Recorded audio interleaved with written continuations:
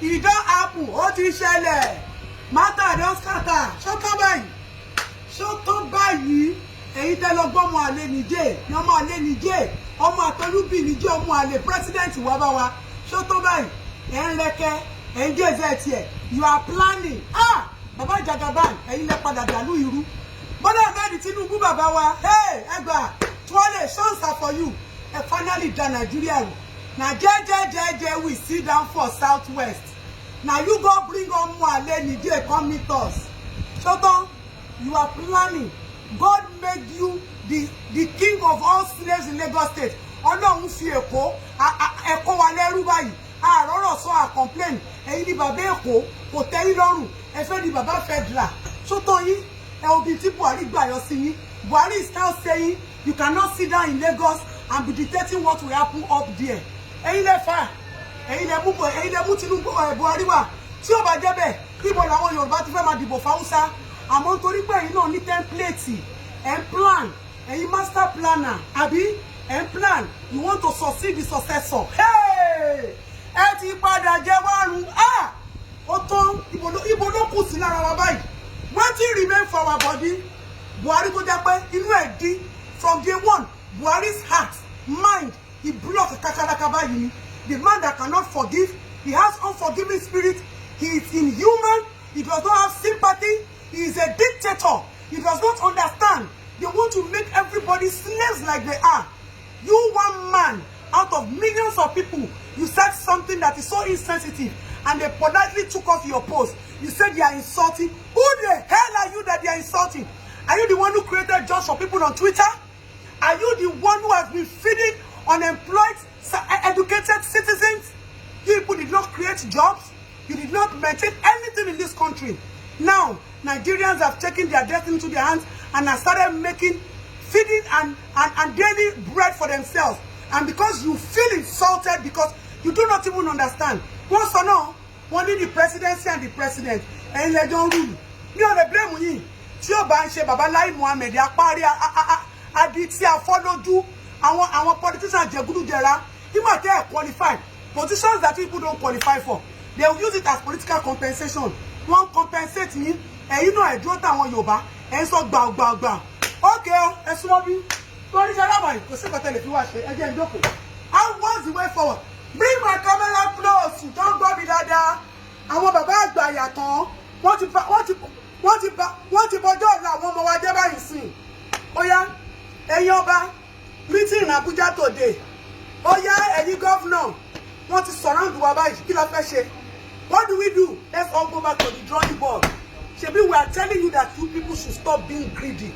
Eye ṣe àtẹnujẹ gbọ́ wá. Wọ́n ti gbaná lójú yípa báyìí. Tí ó bá jẹ́ bí ọmọ àlè kan wá sí ilẹ̀ bàbá Tinubu tèmi lẹ́kọ̀ọ́. A máa sọ fún bàbá tèmi pé ọjọ́ kò sẹ́kọ̀ọ́. Ó ń pàṣẹ. Ó tán ni wọ́n parọ́ mọ́ yín sa. Wọ́n parọ́ mọ́ yín. Ṣebí ilẹ̀ lọ ṣe sálà ní nọ́ọ̀tì. Ẹ̀yin lọ ṣe bẹ́ẹ̀dẹ̀ ní nọ́ọ̀tì. Àbí wọ́n ti tẹ̀yìn bọ̀ wálé báyìí sìn. Ẹ̀yin ọba, how do you want to protect this land? Wọ́n ti sọ fún yín pé kẹ́ lọ protect ara yín. Gbogbo owó tẹ́ fi ṣe campaign ó yá o. Wọ́n ti sọ fún yín pé ẹ lè win election tó kẹ́ má tún lè protect the state yín. Every state should develop at their own pace. Simple English. Nah, no quante. Kí n gbọ́. Gather the educated youth and leave these political talks. Una know they hear because you ban to that because you cannot afford to bring your touts to come and operate on Twitter because that is where the elites are operating and surviving.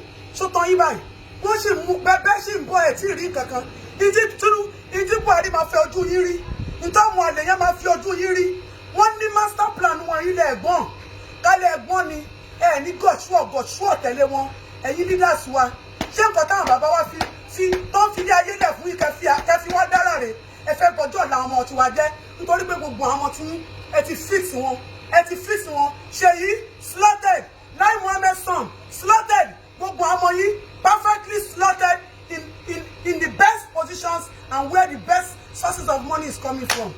Oya o Sanwo-Olu ọmọ baba Godfather ẹ̀kọ́ security board ẹ̀bẹ̀ ẹ̀kọ́ wọn sí o. This is not about godfatherism. Eléyìí ń sọ̀rọ̀ godfatherism we must be safe. Tẹ́ bá wọn pẹ́ fẹ́ máa gbádùn sí i torí kò sọ̀rọ̀ lẹ́nu yín mọ́ lẹ́yìn kẹyà humble ẹ ti dá gbogbo you people have done everything you need to do? What else do you people want to do? Ẹgbẹ́ bá gẹ́lẹ́ ń lọ Àbújá, ẹ̀ ń lọ bá àwọn tínú wọn dí, àwọn tápá wọn mọ bá ṣe ń plan Haúsá. Túwọ́ tó le jù láti jẹ ni túwọ́ Haúsá. Túwọ́ Haúsá ló le jù láti jẹ, ó lẹ́lẹ́kẹ́nu bọ̀tẹ́ ló ń jẹ. Ó yá o, gbogbo ẹ̀yin lọ́balọ́ba. Kí la ní o? Onírìṣà, bàbá yèyé, wo, Ọya ló ń gbé sí ẹ. Kí ló kùtà nílẹ̀ Yorùbá? Ibo ń gbogbo òrìṣà wa wà? Ibo ni gbogbo nǹkan ìbílẹ̀ wa wà? Ẹ kò bóde o. Yorùbá ò gbọdọ̀ run, ẹ kò bóde. Wọ́n ti wọ gbogbo territory. Wọ́n governor of the state. Ó ṣiṣẹ́ rúbọ white bẹ́ẹ̀ni tó ń ṣe fine boy. Tètè kí ra ń lẹ̀ kó gbàgbé ọ̀rọ̀ tó wà ń lẹ̀ yìí. Kẹ́ mọ nǹkan tá máa ṣe. We have to protect our land and we have to protect our citizens. That is the most important thing because gbogbo yín ti show pé ẹ kò useless, ẹ kò jókòó. Kí ló fi ń ṣe náà? Coordinator, may hear instruction. Fulani man can carry AK-47. Common vigilante cannot carry AK-47. Wọ́n ṣòfin ẹ̀ ń wò. Please yo, please. Wọ́n ní tọ́wọ́ ẹni ò bá tí ì tẹ́kù dà wọ́n béèrè kú tó pa bàbá ẹni. Ó yá kí lẹ fẹ́ sọ lẹ́nu. All of you should go and gather yourselves. All you Yoruba leaders, all you kings, ẹ yé lọ Abuja wọn. Wọ́n kàn wọ́n ènìyàn ni. Ẹ yé lọ Abuja. Everything that the Yoruba people has now and the Igbo people is what people should bring out and let us reinforce ourselves to save this our motherland. Ẹ ti padà bà Nàìjíríà jẹ́ o. Ambition ló dé pa yín kú. Ambition and career, political career àti political ambition. Àbí ṣe mí ṣùgbọ́n àbí Ọlọ́run tì yín. Kọ́kọ́ lọ bẹ́ẹ̀ jù kó fún yín ní ìmọ̀ àti òye. Kọ́kọ́ lọ yín lè ṣì. Ẹ lè mọ bí kẹ́ máa gbà. Torí wọ́n ti Àbújá báyìí, wọ́n á bú yín lẹ́kọ̀ọ́ ni. Bí ìbí tì mí o, ẹ̀yin lè fọwọ́ ara yín fà.